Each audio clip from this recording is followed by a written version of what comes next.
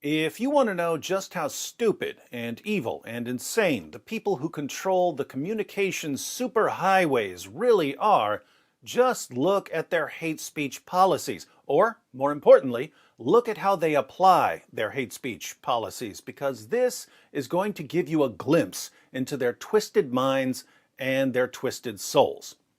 The YouTube Trust and Safety Team currently understands the rules of the platform as follows. Muslims are a protected group. Christians, atheists, and ex-Muslims are not. Since Muslims are a protected group, anything that could potentially offend them is hate speech. Christians, atheists, and ex-Muslims are not protected groups, and therefore Muslims can say whatever they want about them. Muslims are even free to threaten them with death. I kid you not. Let's begin with a now famous clip of Ali Dawah telling ex-Muslims that once Muslims rise to power, ex-Muslims will be exterminated. This is a part of our religion. There's a reason to it. Yeah? There's a reason why there's a capital punishment. Because people like you, little weaklings, who leave their religion and cause corruption in the land by spreading it, the capital punishment in Islamic law would be applied to you. We have no doubt. And we're proud of that. Yeah? Capital punishment will be applied in an Islamic state. Yeah?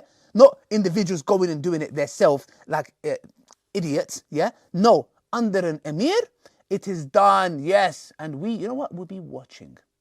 Why will apostates be executed? Because the rights of the community take precedence over the rights of an individual. We'll be watching. Because if you're going to cause corruption in the land, that's going to cause more damage to the society as a whole. Because the Sharia didn't come to protect an individual's right. Hey, can I drink alcohol? Yeah, sure. Drink alcohol, run someone over, kill them, set all this kind of chaos. No, Islam says the right of the community is greater than you individual wanting your right to freedom, which is BS. Absolutely BS. Yeah? So, if Ali Dawah wins and he converts enough people to Islam and he establishes an Islamic society, the ex-Muslim population will be exterminated by the government while Ali Dawah and his friends are watching. The capital punishment in Islamic law would be applied to you. We have no doubt. And we're proud of that. Under an emir, it is done. Yes. And we, you know what? We'll be watching. Not too long ago, the apostate prophet was tweeting about how YouTube allows Ali Dawah to promote the death penalty for apostates on its platform. YouTube then sent AP a message asking him for the video. The YouTube Trust and Safety Team eventually explained their decision to allow Ali Dawah to continue promoting the death penalty for apostates. Update. After carefully reviewing the video, our team has confirmed that it doesn't violate our community guidelines, and therefore we will not be enforcing any actions on it. We encourage users to share their opinions on a wide range of different topics, but there's a line between passionate debate and malicious harassment. We understand the value of free expression and take great care when we enforce our policies. We'll take down content that diverts into threats or harassment when flagged, but not all negative videos or comments will be removed. Hope this helps clarify. Oh, it helps clarify, all right. So, if a Muslim says, we're going to keep converting people to Islam until we establish an Islamic society, and once we establish our Islamic society, all of you ex-Muslims are going to be executed, that's simply passionate debate and free expression, according to the YouTube Trust and Safety Team. Now, for the record, I don't want Ali Dawah banned for saying things like this. I think it's great that he's admitting that Muhammad ordered his followers to execute anyone who leaves Islam. But we can't ignore the hypocrisy here. If someone posted a video on YouTube saying, once my political party rises to power in such and such country, we're going to gather all Muslims together and execute them. How long would that video be on YouTube? Would the YouTube Trust and Safety Team consider that passionate debate? Of course not. So why does YouTube allow people to promote the death penalty for ex-Muslims, but not for Muslims? It's simple, really. Muslims are classified as a protected group, or a marginalized group by the YouTube Trust and Safety Team. Non-Muslims aren't. And when you see how YouTube protects its protected group, you'll realize that membership has its privileges. Since YouTube won't ban Muslims for calling for the public executions of apostates, let's see what YouTube will ban people for doing. Hi, Acts 17 Apologetics.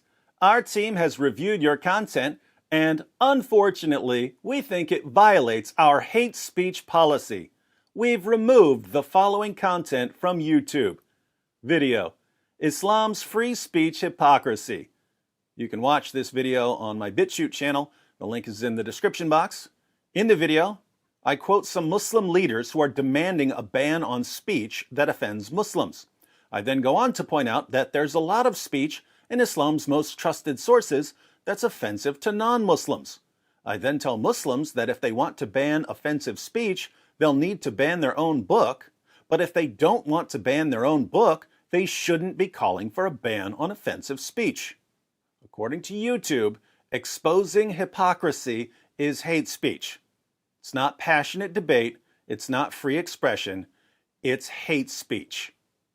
We know that this might be disappointing, but it's important to us that YouTube is a safe place for all. But not for ex-Muslims, am I right? If content breaks our rules, we remove it. If you think we've made a mistake, you can appeal and we'll take another look. Keep reading for more details. How your content violated the policy.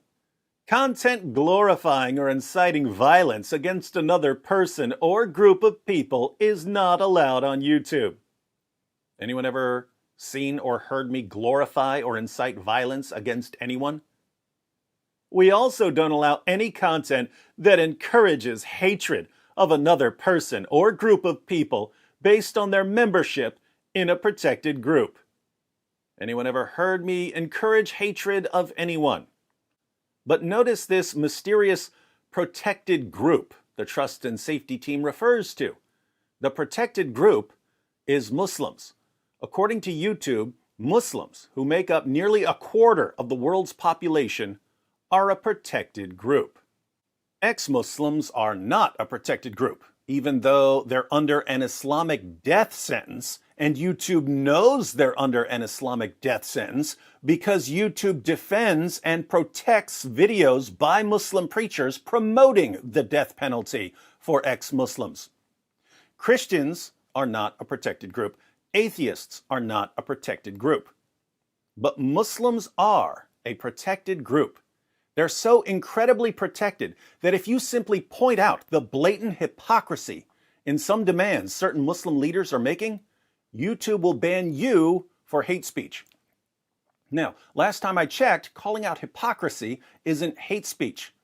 Our world is in a lot of trouble if we can't call out hypocrisy when we see it. So, what possible basis could there be for labeling my video hate speech?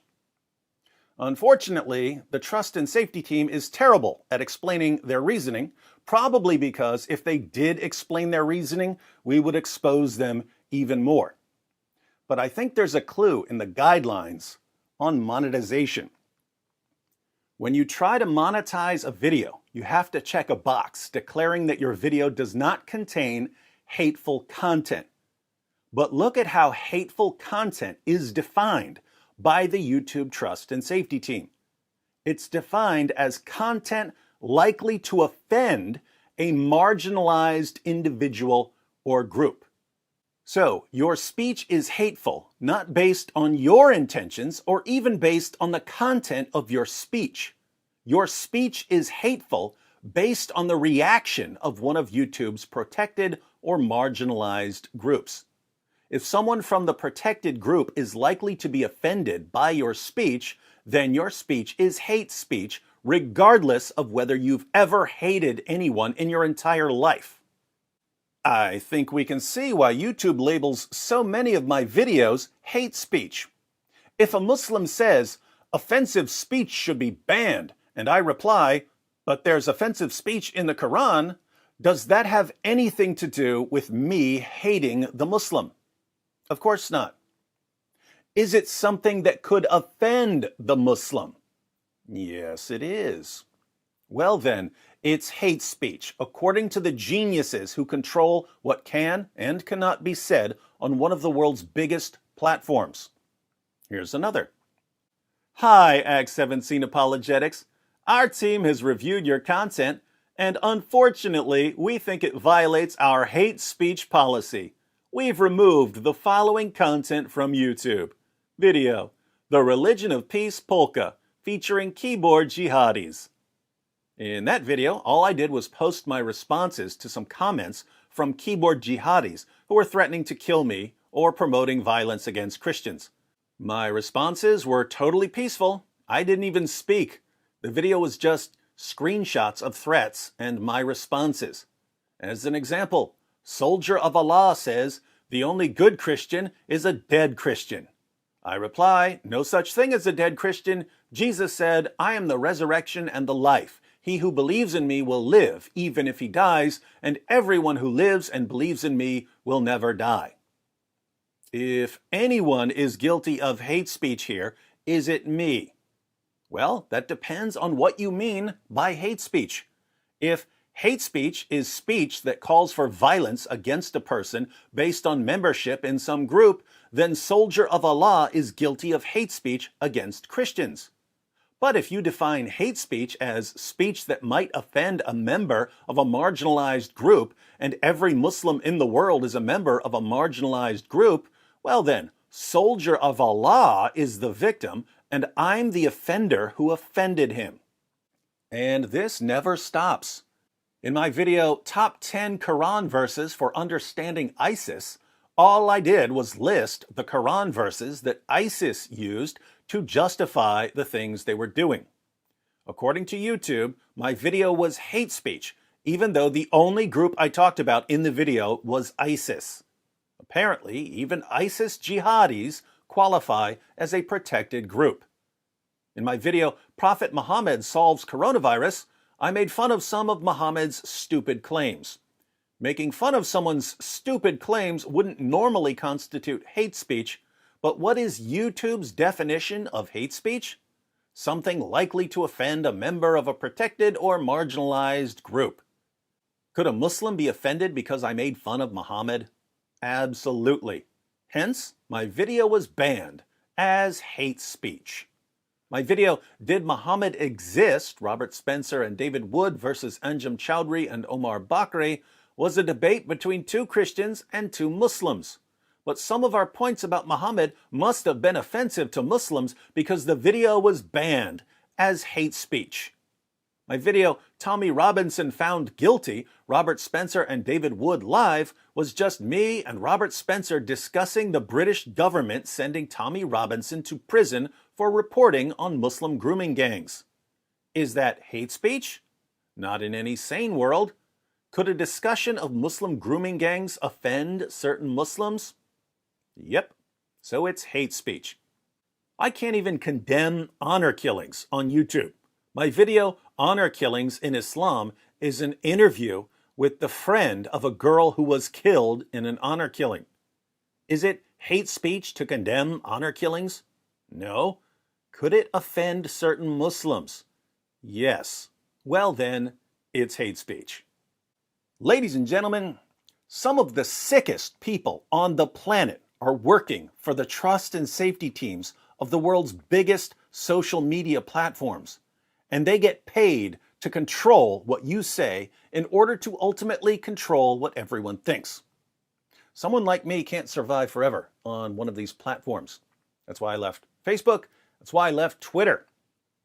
I don't think I'll leave YouTube until they kick me off. But let's face it, that's just a matter of time. Could be tomorrow, could be 6 months from now.